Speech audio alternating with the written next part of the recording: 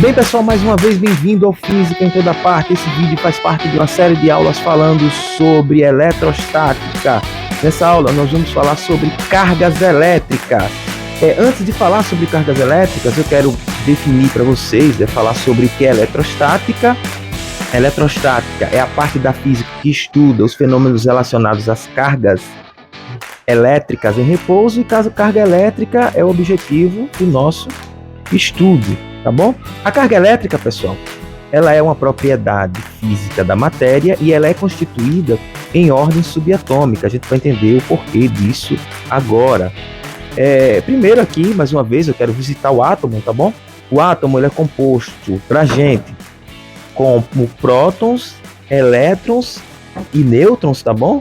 Os prótons são essas partículas azuis, vocês veem aqui no núcleo do átomo. Os elétrons estão na eletrosfera, que são essas partículas verdes, e os nêutrons ficam aqui no meio, que são essas partículas neutras, tá bom? O próton, carga positiva, elétron, carga negativa, e o nêutron tem uma carga neutra. A carga elétrica ela é calculada dessa forma, que é a própria carga elétrica. N é o número de elétrons ou prótons em excesso, ou seja, o número de cargas elementares, e o E é a própria carga elementar. Eu vou definir cada uma dessas quantidades para vocês. Vou tirar aqui essa carga elétrica e colocar aqui para a gente. Bom, olha só, carga elétrica, né? Carga elétrica está aqui, tá? Q igual a N vezes E. E aí eu vou definir o que é cada uma dessas quantidades. O Q aqui é a própria carga elétrica. É a carga elétrica. O N é o número de cargas elementares em excesso no corpo, ou seja, o número de prótons ou elétrons em excesso no corpo. É o número de cargas elementares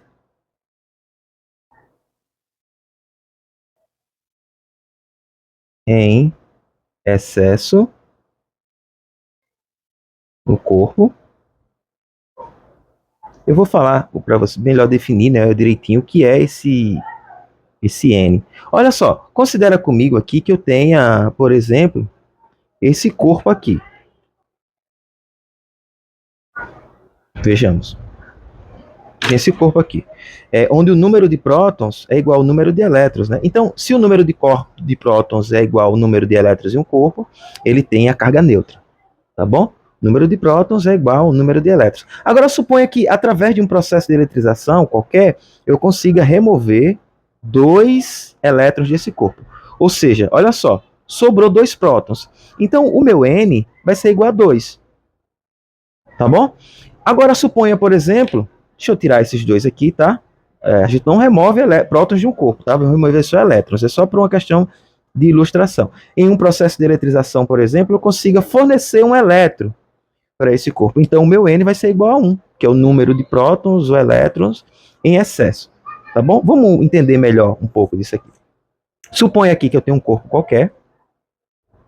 E aí, através de um processo de eletrização, eu tenho aqui, por exemplo, mais, menos, menos, menos. Olha, eu tenho 2 elétrons em excesso. Então a minha carga elétrica, Q, vai ser igual a N vezes E, e o meu N vai ser igual a 2, né? Ó, Q igual a 2 elétrons, né, vezes E, onde E vai ser a carga do elétron. Um caso contrário, suponha aqui que eu tenha um processo de eletrização,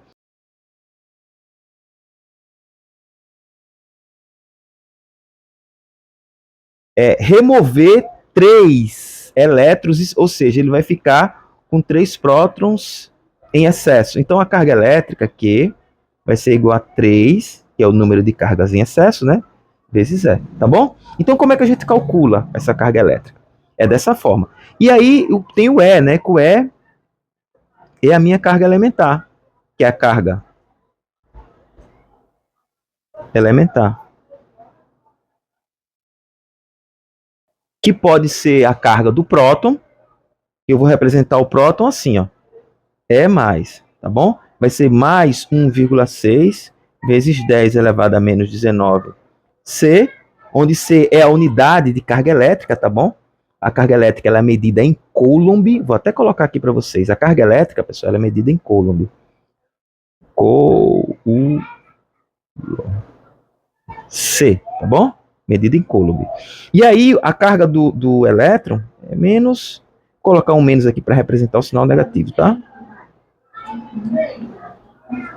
Pronto. Então, aqui está a carga do próton, aqui está a carga do elétron, e a carga do nêutron é neutra, como já era de se esperar, que foi discutido aqui anteriormente. Mas então, qual seria a carga, por exemplo, de um corpo que tem 2 elétrons em excesso?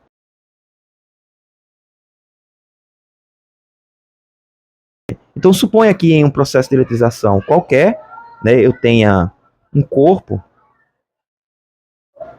que tem 2 elétrons em excesso. Então, aqui, a carga elétrica desse corpo, a fórmula é Q igual a N vezes E. Então, para calcular isso, são dois elétrons, né? Então, fica 2 vezes 1, menos, no caso, 1,6 vezes 10 elevado a menos 19. Vou colocar aqui entre parênteses, tá? Para ficar melhorzinho para a gente. Então, Q 2 vezes 1,6 vai dar menos 3,2 vezes 10 elevado a menos 19 C. Tá bom? É assim que calcula a carga elétrica. Muito simples, né? Então, se for, por exemplo, um corpo com 4 prótons, por exemplo, em excesso, Q vai ser igual a N vezes E. O N vai ser igual a 4. Olha, que eu não coloquei aqui o mais e o menos, né, para representar as cargas positivas e negativas. Eu coloquei só o que estava em excesso, tá bom? Vezes 1,6 vezes 10 elevado a menos 19. Tá bom? Então, vou fazer essa conta, né? 4 vezes 1,6 vai dar 6,4 vezes 10 elevado a menos 19 C. Então, assim nós calculamos carga elétrica. Bem, agora, as cargas elétricas, na verdade, elas são muito pequenas, tá?